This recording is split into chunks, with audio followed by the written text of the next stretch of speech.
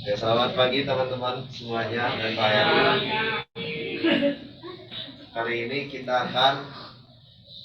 ini kita akan mempresentasikan tentang pencobaan Yesus di padang gurun. Nah, yang akan kami bahas itu adalah perbandingan teks dari Matius 4 ayat 1 sampai 11, Markus 1 ayat 12 sampai 13, dan Lukas 4 ayat 1 sampai 13. Nah, seperti inilah alurnya. Di ayat yang pertama itu di Matius, di ayat pertama dari semua kitab ini tuh membahas tentang Yesus yang dengan penuh roh itu dibawa ke padang gurun. Lalu ayat selanjutnya itu membahas tentang Yesus itu berpuasa selama 40 hari. Karena Markus hanya ada 2 ayat, jadi bawahnya kosong. Lalu pada ayat yang ketiga itu di Matius dan Lukas itu membahas tentang Yesus sedang dicobai iblis, yang percobaan pertama tentang apa? Iblis menyuruh Yesus untuk mengubah batu menjadi roti. Tapi Yesus menjawab, manusia hidup bukan hanya dari roti saja. Lalu di yang selanjutnya tuh ada perbedaan antara Matius dan Lukas. Di Matius itu iblis membawa Yesus ke kota suci. Namun pada Lukas itu Yesus dibawa ke suatu tempat yang tinggi dalam sekejap mata. Lalu di Matius itu pencobaannya itu Yesus itu disuruh jatuhkan ke bawah dan nyuruh malaikat-malaikat Yesus untuk menyelamatkan Yesus. Sedangkan di Lukas itu pencobaannya tentang ini kuasa dariku, kalau kamu mau menyembah aku maka aku berikan kepadamu, itu kata iblis.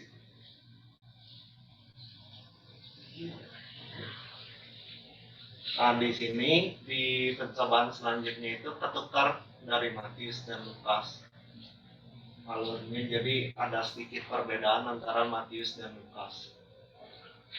Lalu tapi pada akhirnya Yesus itu menang dari iblis. Kayak di Matius itu ketika Yesus menang, malaikat-malaikat datang untuk melayani Yesus, termasuk di Markus juga. Namun kalau di Lukas itu Yesus menang, tapi iblis tidak menyerah, kayak masih menunggu waktu yang baik. Nah, dari berbagai alur yang ada, maka kita menemukan berbagai persamaan yang ada.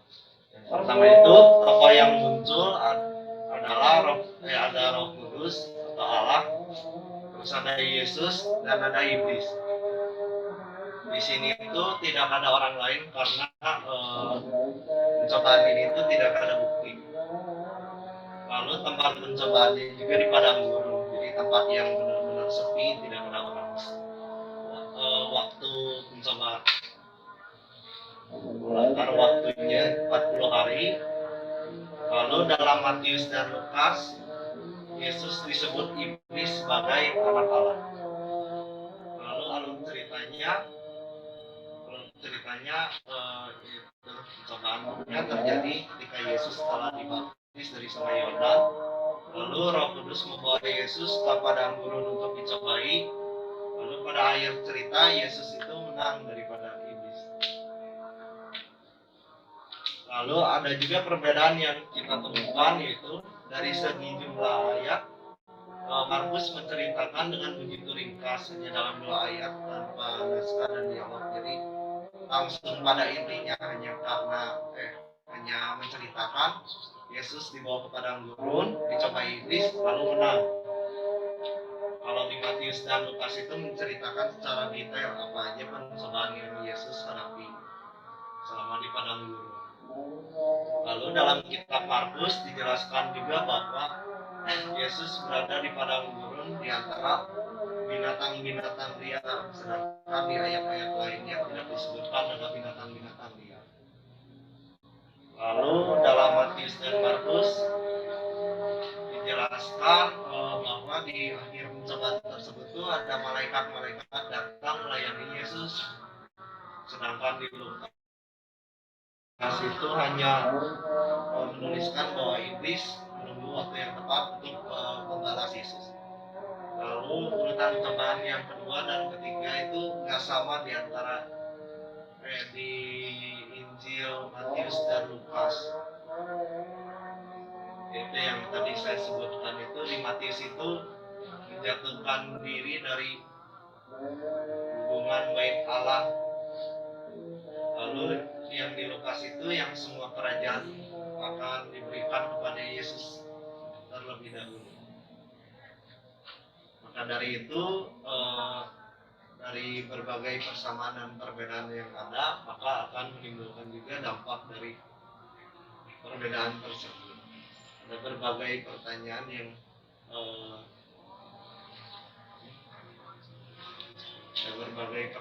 yang menanyakan dari dampak perbedaan. Yang pertama itu, bagaimana ketiga Injil ini bisa memiliki kesamaan alur cerita, sumber apa yang sebenarnya mereka gunakan untuk menulis kisah ini. Lalu pertanyaan yang kedua itu, dengan perbedaan urutan maupun detail kejadian yang dijelaskan, penjelasan kitab manakah yang dianggap paling tepat menggambarkan peristiwa pencobaan Yesus di padang gurun? Dari pertanyaan ini akan dijawab oleh Rick. Ya, mengenai problem perbedaan yang ditemukan dalam teks-teks tersebut, kami mencari sebuah referensi. Salah satunya dari Grayson L. Archer. Menjelaskan bahwa kunci menentukan mana urutan pencobaan yang benar itu banyak pemikiran, baik dari secara aspek kronologis maupun aspek klimatis atau tingkatan pencobaan itu. Nah, kalau kita melihat Matius dalam bahasa Yunaninya, dia menggunakan kata prote, ada juga menggunakan kata palin. Nah, ini tuh kalau diterjemahkan di dalam bahasa Inggrisnya itu menggunakan kata then atau again.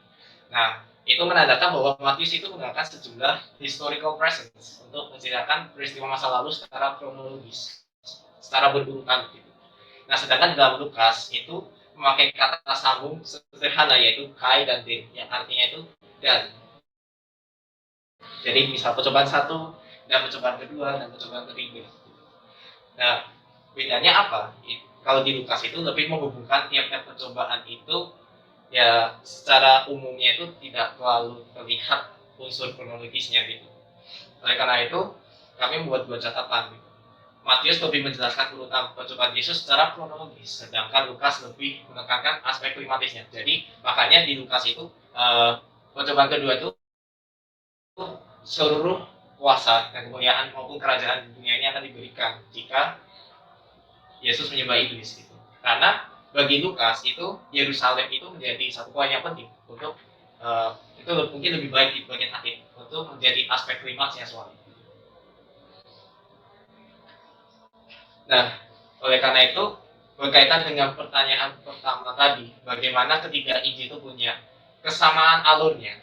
Nah, makanya kami membuat suatu kesimpulan bahwa kemungkinan besar ini menggunakan double source, yaitu sumber kitab Markus dan sumber Queller, ya, atau sumber key. Nah, buktinya apa?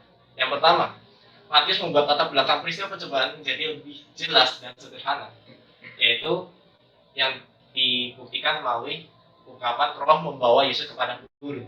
Nah, itu mengikuti sumber key. Nah, Markus menggunakan kata didorong itu untuk menyatakan bukti yang lebih kuat lagi bahwa ketiga ini tuh punya kesamaan alur ceritanya, walaupun secara detailnya memang ada beberapa hal yang berbeda. Dan yang kedua, menurut Hedner, percobaan Yesus dalam Matius itu bisa dikatakan bukan karya asli Matius, gitu. Karena perikop ini juga ditemukan dalam Lukas. Dengan demikian dapat diasumsikan bahwa sumber teksnya menggunakan sumber key. Nah, kesesuaiannya memang sangat dekat. Namun ada 4 hal yang membedakan, yaitu dari urutannya. Yang kedua, Matius dari sumber key menghapus di bagian Lukas yang menyuruh iblis mengatakan bahwa kerajaan dunia. Dan yang ketiga, kutipan Yesus di percobaan yang pertama itu lebih detail. Kalau kita melihat cross reference yang kita temukan dalam Alkitab itu akan mengacu kepada kitab Ulangan. Dan Yang kemungkinan terakhir adalah kemungkinan pengaruh tradisi lisan yang berbeda. Dan bukti yang terakhir adalah Markus kemungkinan besar bukan tradisi pencobaan Yesus ini sudah digabungkan dengan narasi pembaptisan. Tradisi yang mendasarinya kemungkinan besar mencerminkan tipologi dari Adam menuju Kristus yang digunakan oleh gereja mula-mula untuk menafsirkan kisah ini. Nah, kurang lebih seperti ini ya. Ketika kami mencari kesesuaian dengan sumber kami menemukan gitu ya. Percobaan Yesus ini, ya benar, ini adalah teks tentang narasi. Nah, kita melihat nih, ada kesesuaian dengan Q-text. Nah, Q-text itu di dalam pasal 4 ayat 1-13. Nah, sedangkan kita membandingkan dengan kitab Matius itu ada kesesuaian yang sama gitu. Jadi bisa dikatakan kemungkinan besar kisah percobaan Yesus ini yang disampaikan dalam ketiga Injil itu mengambil dari sumber. Sebenarnya ada kami mengeksposisi beberapa kata kunci yang penting. Yang pertama ada roh, itu pencobaan, 40 hari, dan yang terakhir anak Allah. Di sini kami melihat bahwa roh itu menunjukkan bahwa Yesus yang ada dan dalam aspek kemanusiaannya didorong oleh roh Allah untuk memenuhinya sebagai putra Allah. Nah, di dalam bahasa Yunani sendiri itu berasal dari kata pneuma yang mempunyai arti dalam gabungan dengan kata sifat kudus. Dan sini dimaksudkan sebagai Roh Kudus. Ini mengapa roh membawa Yesus untuk dicobai. Di sini Roh Kudus membawa Yesus kepada gurun, yaitu yang berarti itu menunjukkan bukti kedaulatan Allah di dalam peristiwa percobaan tersebut. Sehingga tidak ada klaim bahwa pencobaan Yesus di padang gurun adalah sebuah peristiwa kebesaran belaka. Nah, di sini ada kedua pencobaan. Kata pencobaan di dalam Perjanjian Baru menggunakan akar kata bahasa Yunani seirazo. Ya, di sini bermakna sebagai pencobaan ataupun ujian terhadap sesuatu. Di sini kata ini memiliki makna sebagai keadaan atau yang membuktikan kebenaran terkhusus. Kata yang digunakan itu adalah kata dicobai atau kata mencobai. Ini ya, dalam bentuk pasif atau ekspirasi dalam bentuk aktif. Bukan bahwa pencobaan dalam konteks kisah kisah ini dapat diartikan sebagai godaan maupun ujian yang membuktikan apakah ada kecenderungan untuk berbuat dosa atau tidak di dalam diri seseorang. Jadi ada bernama William Barclay yang memberikan pendapatnya tentang pencobaan. Di sini dibilang bahwa dalam terjemahan bahasa Indonesia kata kerja mencoba itu mempunyai arti yang kurang menyenangkan untuk didengar. Kata itu selalu berarti menggoda atau mencobai orang untuk melakukan hal-hal yang salah, seperti ya umpamanya merayu orang untuk melakukan dosa atau membujuk seseorang untuk menempuh jalan yang salah. Tapi dalam bahasa Yunani sendiri kata peirazo mengandung arti sebagai diuji, dan ujian tersebut mempunyai makna yang jauh lebih berbobot ketimbang mencobai seperti yang terdapat dalam bahasa Indonesia. Nah, kemudian kedua, Matthew Henry di sini menjelaskan bahwa peristiwa yang dialami Tuhan Yesus di padang gurun itu sebuah pencobaan yang memiliki tujuan, yaitu agar membuat dia jatuh dalam dosa, atau dia memberontak kepada bapaknya yang telah mengutuk dia ke dalam dunia ini dan mengutusnya. Terakhir ada kata padang gurun. Ini berasal dari bahasa Yunani, yaitu menggunakan kata eremon yang menunjukkan suatu tempat yang sunyi maupun tidak berpenghuni.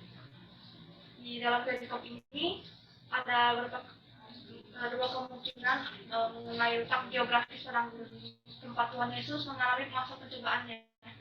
Kemungkinan yang pertama yaitu lokasi di padang gurun Sinai. Tempat tersebut itu merupakan lokasi di mana Elia juga dan Musa berpuasa selama 40 hari dan 40 malam. Sebab tidak ada padang gurun di Yudea yang terdapat banyak binatang buas, terdapat pada Markus 1 ayat 13. Kemungkinan kedua, lokasinya itu di padang gurun juga ya. Ya, kemungkinan tersebut menyesuaikan dengan konteks yang dari kop yang ada di itu. Peristiwa percobaan itu mana Tuhan Yesus berangkat menuju Galilea. Akhirnya kemungkinan lokasi tempat Tuhan Yesus mencobai di padang gurun Sinai. Ya, itu. Ya, mungkin untuk tambahannya, kan kalau kita melihat konteks berdasarkan perikop ya, sesudah Yesus dicobai, Yesus berangkat ke Galilea. Nah, kalau di sini Galilea itu ada di bagian atas, di bagian utara. Nah, kalau berdasarkan kedua kemungkinan penafsiran tentang letak padang gurun itu, yang pertama di Sinai. Sinai itu di bagian sini. Sedangkan di Yudea itu agak naik ke atas sedikit. Ya, jadi Tuhan Yesus dibawa ke padang gurun tuh memiliki tujuannya. Kenapa? Yang pertama karena untuk mulai tugas pelayanannya pasti harus melewati masa pencobaan, dan ketika Yesus berhasil untuk melewati masa-masa itu, maka ia akan menjadi nabi yang akan dihargai dan diagungkan oleh banyak orang. Ini konteks budaya Israel secara khusus dalam persiapan pelayanan seorang nabi. Kemudian yang kedua, ini iblis berpikir bahwa ketika di padang gurun yang gersang itu dan dia berpuasa selama 40 hari 40 malam, itu bisa akan membuat imannya Yesus itu bisa mungkin goyah dan juga bisa melakukan kehendaknya saja. Ini dilihat dari aspek manusia, tubuh, jiwa, dan roh. Ya, untuk dua kata kunci terakhir, yang pertama tentang 40 hari. 40 hari ini berasal dari kata tesarakontak. Angka ini itu bukan sekadar periode berubah-ubah atau sebatas angka bulan saja, tetapi angka ini dipilih untuk menyampaikan sebuah periode pengujian penuh. Artinya, waktu penuh atau waktu krisis yang dibutuhkan untuk berhasil melewatinya, yaitu dengan cara mengetahui kebenaran Tuhan. Nah, 40 hari masa percobaan Yesus ini memiliki kaitan makna yang serupa dengan apa yang dialami bangsa Israel pada masa itu. Oleh karena itulah, angka 40 juga bisa digambarkan sebagai masa yang genap atau sempurna dalam konteks budaya Israel. Dan yang terakhir adalah tentang anak Allah. Kalau kita perhatikan baik-baik dari Matius dan Lukas, Iblis mengatakan, jika engkau anak Allah, jika engkau anak Allah, jika engkau anak Allah. Nah, itu bukan ditulis tanpa ada maksud. Kita menemukan bahwa terdapat beberapa kali penyebutan tersebut. Itu menunjukkan hubungan Yesus yang dikontraskan dalam bangsa Israel. Kalau kita melihat di dalam Keluaran 4 ayat 22, Tuhan mengatakan kepada bangsa Israel adalah bahwa bangsa Israel diangkat sebagai anak Allah secara adopsi. Nah, Israel dipilih dari antara semua bangsa-bangsa di muka bumi ini, ditentukan serta diangkat oleh Tuhan menjadi anak yang sulung. Sedangkan Yesus secara natur atau esensinya memang sudah adalah anak Allah, karena dia adalah pribadi kedua dalam Allah Tritunggal. Nah, bangsa Israel gagal dalam masa pencobaan mereka di padang gurun. Nah, ini yang membedakan bangsa Israel dengan Yesus. Kalau bangsa Israel kan gagal, sedangkan Yesus berhasil melewati masa pencobaan yang dihadapinya. Ya, dari berbagai eksposisi kata yang telah dijelaskan, maka kita menemukan makna teologis yang akan menjadi berkat bagi kita semua. Jadi manusia itu harus menempatkan Allah sebagai prioritas dalam seluruh aspek hidup mereka. Jadi kita tuh harus percaya kepada Allah, benar-benar percaya dan bergantung kepadanya gitu, dan melakukan apa yang menjadi perintahnya. Dengan demikian, maka kita akan selalu menang dalam pencobaan-pencobaan yang dihadapi. Jadi kalau ada pencobaan datang, kita nggak langsung menyerah atau bagaimana gitu. Walaupun itu misalnya pencobaan yang konyol dan ada pencobaan yang berat, tapi kita bisa hadapinya jika kita terus bergantung pada Yesus. Ini daftar pustaka yang kita dapat. Ada mungkin ada pertanyaan yang ingin dia